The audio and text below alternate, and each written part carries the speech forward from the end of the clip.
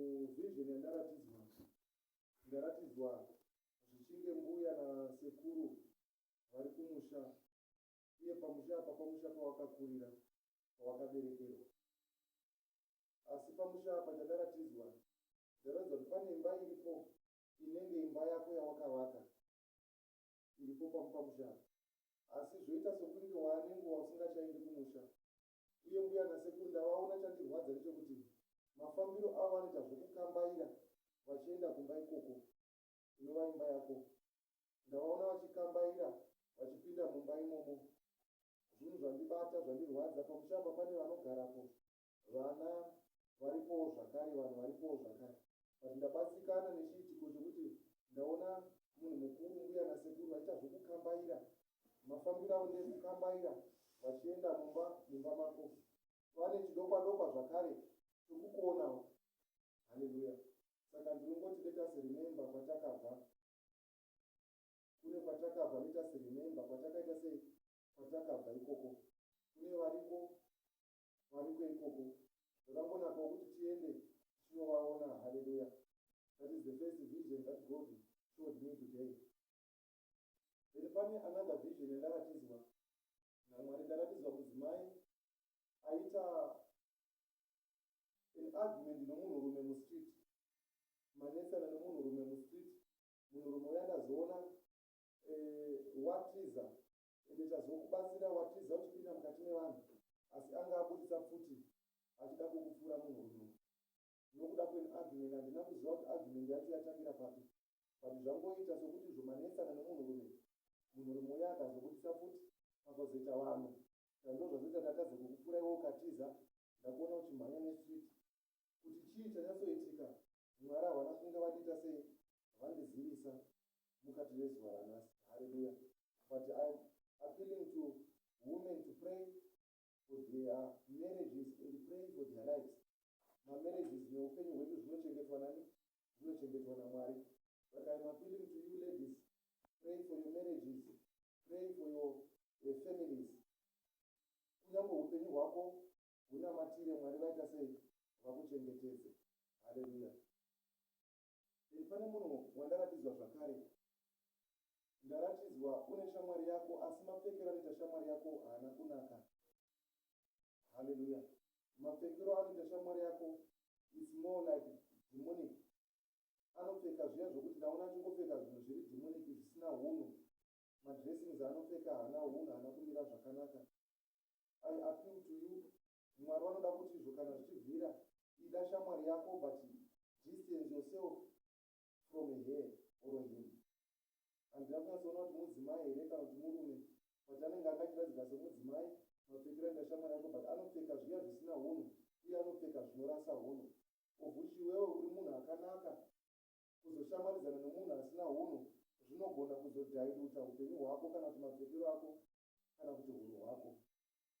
So Mwari vangondiudza kuti ndikutaurire kuti shamwari yako mapfekero ayo haana kumira zvakanaka, uye haana kunaka.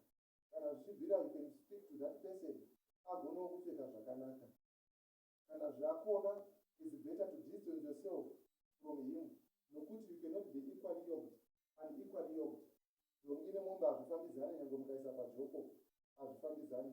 Pamota hazvigoni kuti unoisa satire size 16, wombwasa rimwe size 14. Matires same size anofambirana. Mombe nemombe ndo zvinofamba kana pakurima kana pajoko. Dongi nedongi ndo zvinofambidzana pakurima kana pajoko. Mombe nedongi hazvifambidzani. So check your friends, mutaurire nezvakanaka kana kumudzidzisa dressing yake imire zvakanaka. Otherwise, his or her dressing shall dilute your life. Hallelujah. Then pane varume vandaratidzwa, you were in a sharp disagreement. But disagreement yenyu hameno chanetsa chaita kuti munetsana chii, Mwari havana kundiratidza ipapo. But pazobuda mashoko ataurika nomumwe achiti izvo,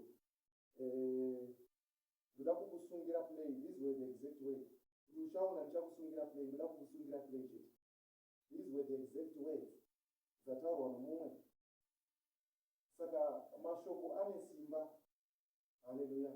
I'm encouraging you to pray about it.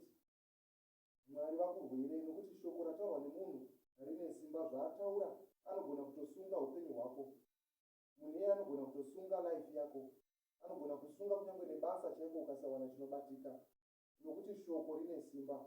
Haleluya. That person's exact words were, ndinogona kukusungira play, of which I know nokuti atomataura pane zvimwe zvinhu zvatosunga muupenyu hwako. Haleluya.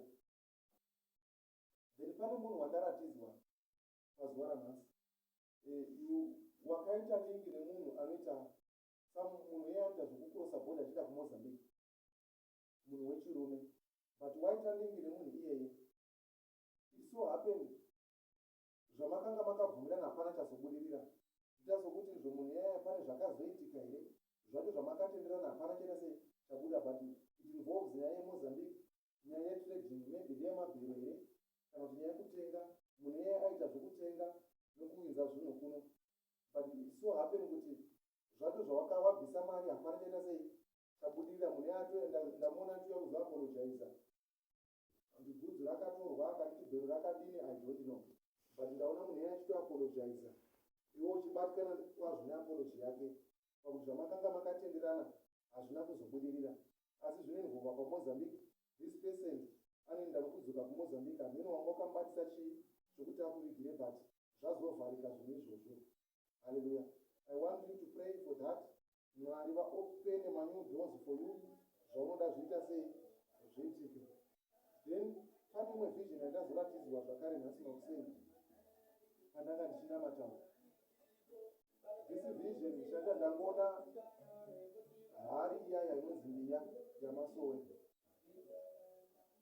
but it was concerning someone, kuti pane munhu aitirwa kana kuti muteuro against that person.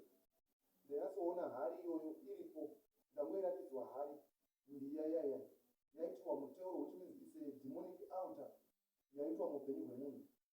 Hallelujah. I want us to pray. Hallelujah. But inini ndakuwana another vision yezvazvinoreva, ndichazokuudzai mama ndasvika kumba mundiyeuchidze, ndairatidzwa vision ndiruko, asi ndingotaurawo kuti there is an altar according to my understanding. Ndaona ine chirevo kwandiri, but it can still mean someone, but altar iyoyo yaitirwa mumwe munhu. Hallelujah. Ndanyatsoiona iri mbiya yanyatsoitirwa mumwe munhu, mbiya iyoyo muteuro waitirwa munhu, but according to us as Christians it is an altar in the case. Hallelujah.